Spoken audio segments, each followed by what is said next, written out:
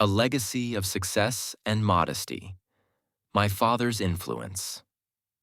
My parents were already older when they had my sister and me.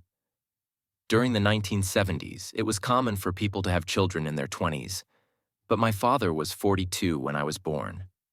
By that time, he had already become a partner at a prominent accounting firm. He had a large office, was addressed as Mr. Wilson by everyone, and was clearly a significant figure in his workplace. Despite this, my father is a humble man who never flaunted his wealth.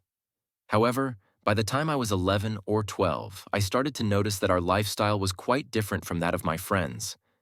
None of them lived in our neighborhood. Very few families owned 2 new cars. Even fewer had a second home, skied in the winter, or traveled abroad.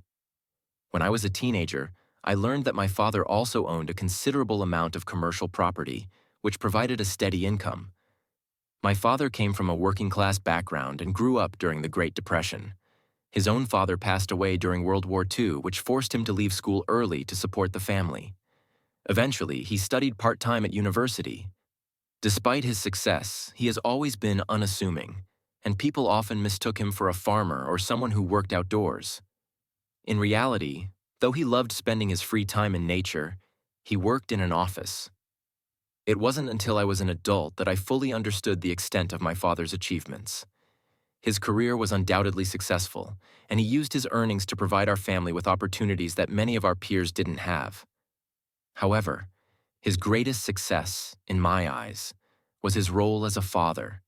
He was always there to support and encourage my sister and me, emphasizing effort over results. This approach had a profound impact on me, allowing me to build a successful career of my own, albeit in a completely different field. My father never pressured me, and I never felt the need to compete with him. Instead, he offered unwavering support, expressed his pride in us, and participated actively in our lives. Whether it was taking us skiing and hiking, helping with homework, or spending weekends at the museum or aquarium, and always watching our sports events. My father is a man of great success, not just in his career, but in his role as a father.